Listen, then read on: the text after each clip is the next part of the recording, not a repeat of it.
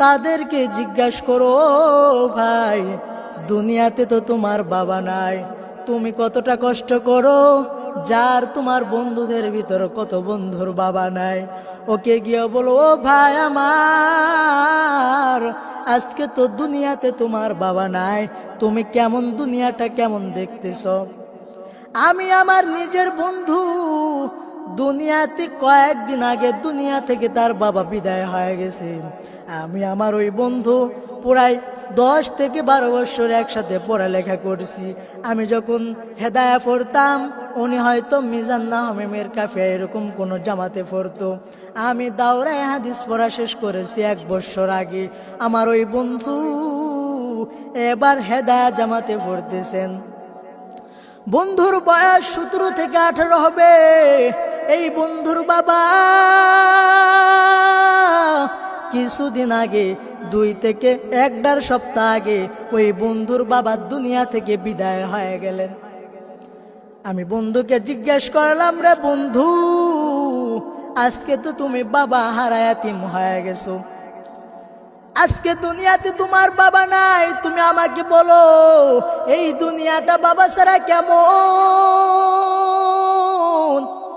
আমি ওই বন্ধুকে জিজ্ঞাসা করলাম, এ বন্ধু, দুনিয়াতে তোমার বাবা নাই, আজকে আমাকে বলো এই দুনিয়াটা বাবা ছাড়া কেমন লাগে। বন্ধু উত্তর দিতেছেন, রে বন্ধু, এই দুনিয়াতে যার মা নাই বাবা নাই, মনে করবা এই দুনিয়াতে তার কোনো কিছুই নাই। মা বাবাকে কোনোভাবে কষ্ট দেওয়া যাবে না। সৌদি আরব এমন একটা দেশ, যে দেশে মা বাবাকে নিজের করে রাখার জন্য, নিজের করার জন্য তারা জেল জরিমানা করে, ঝগড়াঝাটি করে, মারামারিও করে।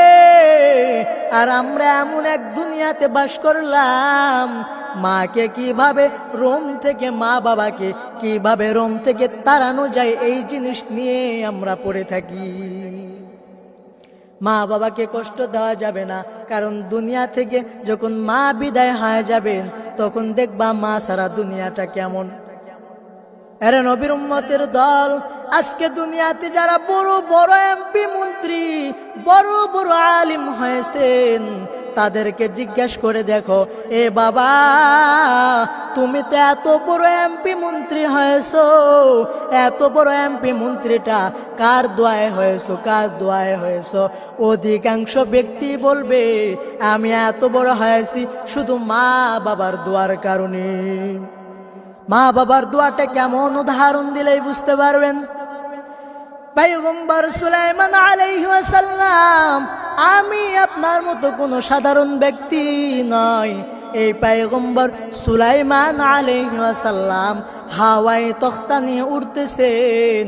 আমরা দুনিয়াতে সাধারণত এক জায়গা থেকে আর এক জায়গায় যাওয়ার জন্য আমরা কি ব্যবহার করি? আমরা মাইক্রো ব্যবহার করি। দূরে কোথাও হলো ট্রেন যায়, তার থেকে ভিআইপি কোনো জায়গায় গেলে আমরা ওই জায়গায় যাওয়ার জন্য হেলিকপ্টার ব্যবহার করি। পয়গম্বর সুলাইমান আলাইহিস সালাম আল্লাহ তাআলা এত শক্তি দিয়েছেন, পয়গম্বর সুলাইমান আলাইহিস সালাম এক জায়গা থেকে আর এক জায়গায় যাওয়ার জন্য আল্লাহ তাআলা তাকে হাওয়াই তখতা, একটা তখতা, সুন্দর একটা কাঠ দান করেছেন।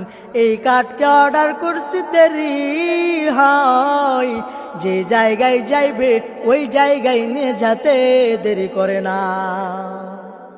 পয়গম্বর সুলাইমান আলাইহিস সালাম ওই হাওয়াই তখতা নিয়ে উড়তেছেন, উড়তে উড়তে পাহাড়ের উপর দিয়ে, সমুদ্রের উপর দিয়ে যাইতেছেন। হঠাৎ সমুদ্রের মাঝখানে এক জায়গাতে চোখ পড়ে গেল। পয়গম্বর সুলাইমান আলাইহিস সালাম দেখতেছেন এই সমুদ্রটা পুরাটাই স্তব্ধ, কোনো পানি নড়াও করে না, নড়াচড়া কোনোটাই করে না। কিন্তু এই সমুদ্রের মাঝখানে একটা জায়গা রয়েছে, এই জায়গাতে পানি শুধু ঘুরপাক খায়। পয়গম্বর সুলাইমান আলাইহিস সালাম এমন একজন পয়গম্বর ছিলেন, যেই পয়গম্বরের কথা শুধু মানুষ এমনটা নয়, পশু পাখি থেকে শুরু করিয়া জিন পর্যন্ত তার কথা শুনতো।